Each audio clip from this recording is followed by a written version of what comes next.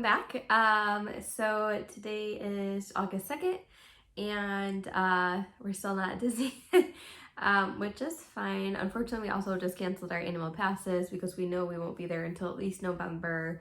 We were supposed to go in September, but just the numbers aren't where we would like them to be, and we had to decide by August 11th if we were going to cancel or not. So we ended up just canceling to try and get some of that money back. And I was able to cancel mine on my email. They sent me the email, but my mom didn't get one, so I had to call and cancel hers, and he almost canceled her renewal pass. It was funny, but I felt a little sad because I was like, this is the first time since 2016 that we're not technically annual pass holders, but my mom said that we still are because we still have passes that start in October, which is true. So, but anyway, it was just kind of made sense to get a refund. So anyway, today I'm going to be doing just a quick Run Disney update since our last race. So when I first did the Run Disney series, we had not run this half marathon yet. I can't even remember. I don't think we even talked about the Wine and Dine 10K either. So I'll briefly touch on that because I don't think I did. We actually did not run the Wine and Dine 10K because of my mom hurt her back a few weeks before and it started to really flare, and so we just kind of skipped it. And then said we'll do it this year. So going on to the Princess Half Marathon. So we did that in February. It was our last Disney trip. Had we known it was our last Disney trip, we kept saying, oh, we would have done this more or this more, but we're like, man, we're here all the time. We don't need to do this or this, but we haven't been there since February, which I know for a lot of people only go once a year or every few years. And so obviously we're very lucky to even go as much as we can. So I'm not complaining. It's just kind of a bummer. But anyway, so I wanted to give you an update on the Princess Half Marathon, specifically with timing requirements. And so I talked about before submitting a time, and I think I said 2 hours and 45 minutes, but you need to submit a time that's 2.5 hours to get in a higher corral. So again, if you don't remember what we talked about, corrals are what your letter is before you start a race. So for the Princess, they went through A through E, F, G, H, I think maybe, G or H, one of the two.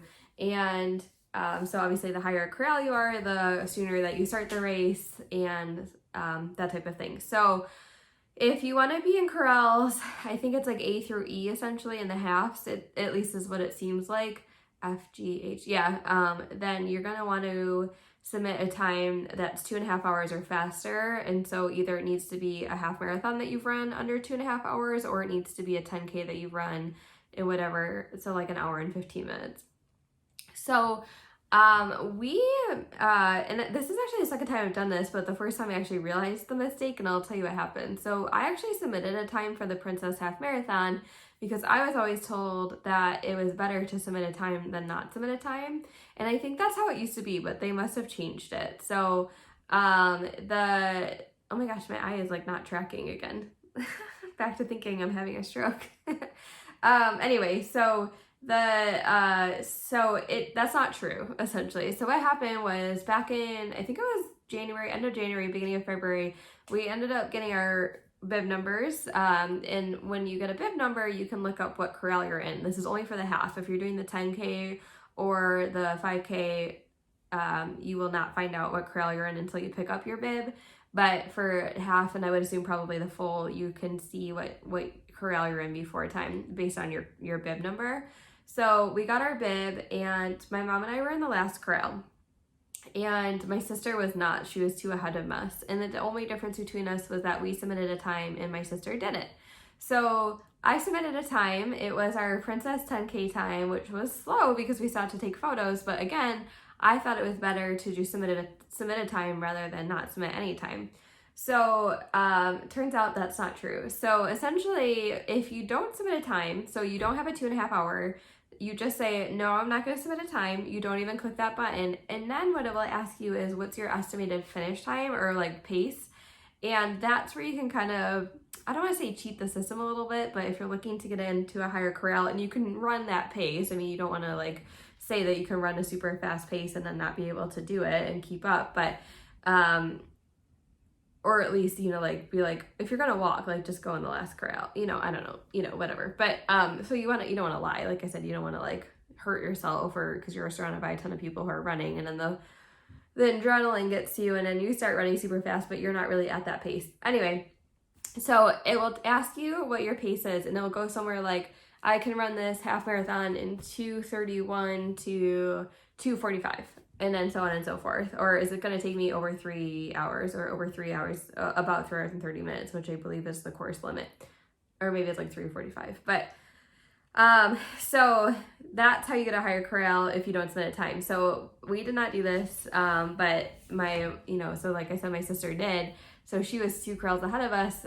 Every single person I knew pretty much every single person I knew was in 2 corrals ahead of us, who have never run a half marathon before, have never run a Run Disney race before, weren't even training. And so this was like incredibly distressing and frankly annoying, because I shouldn't have submitted the time and it was my own fault. So just to give you like a long backstory about what happened then. So I was obviously very frustrated.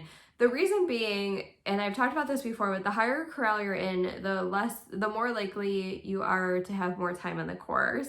And this really only matters when it comes time to going to the bathroom or like character lines or something. So, and I know I talked about this before again, but when we ran the half marathon, the Wine and Dine half marathon, we were stuck in a bathroom line for over 15 minutes, literally.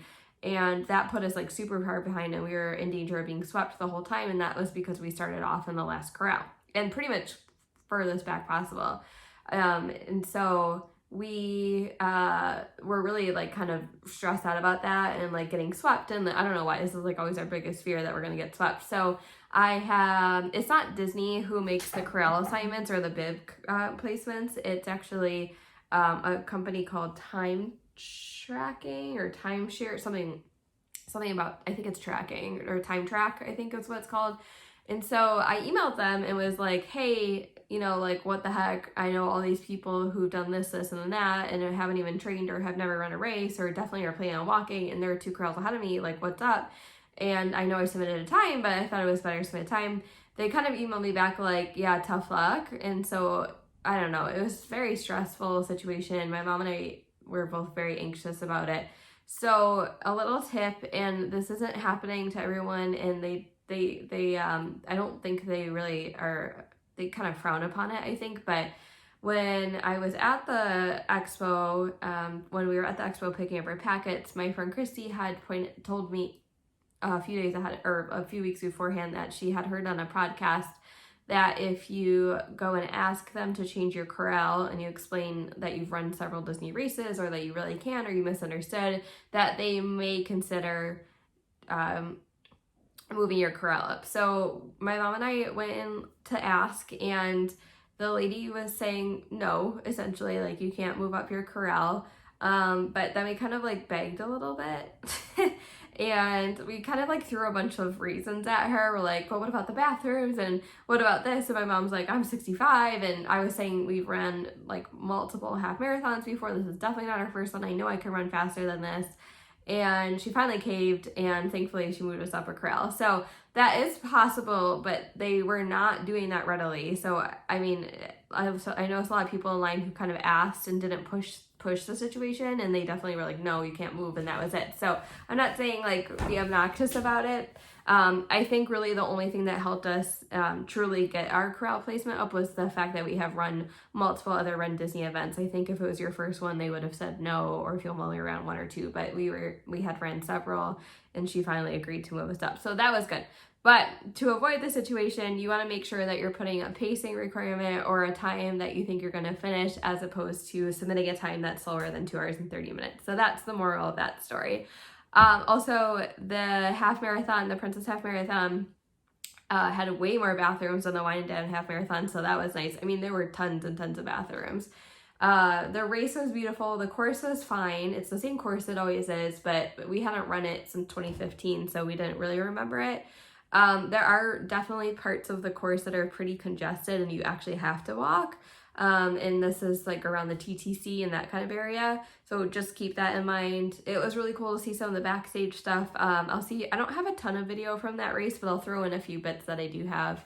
And the thing that stinks is like after you run through the Magic Kingdom and you run by the Grand Floridian, that's all fine. But then for like several miles you run on a pretty steep embankment, and that hurt me more than anything. Like my hips were killing me, and my body in general was having a tough time after. Like I was fine during the race, but I was super sore the next day, which I'm really never that sore, especially when we train here. I mean, we were running up to 11 miles.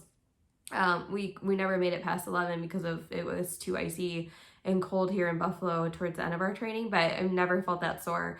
And I think part of it is running on that embankment, but also I don't think I was hydrated enough because it was really hot and I don't drink a lot of water in general. So I found these like IV hydration sticks that I think I'm going to try after a next race, or maybe like a few days before, just to kind of build up my electrolytes a little bit and see if that helps with the soreness. But my sister and my mom and I did run. We finished. I can't remember how long it took us, but considering we walked quite a bit towards the end, I think that embankment got to us, and it was really, really hot. And we trained here the last few our training runs, like with the wind chill, was like in the negatives here, and up there with like the heat index, it was like over 80 at like 7 in the morning. It was closer to 90, so that was really hard for us. So we walked a lot towards the end, but we finished and we got our beautiful medals, and so pretty. The reason I wanted to do this race was because it was Cinderella, so I'm really excited that we got these medals, and it was fun. Very uninteresting. Hey guys, we're stuck.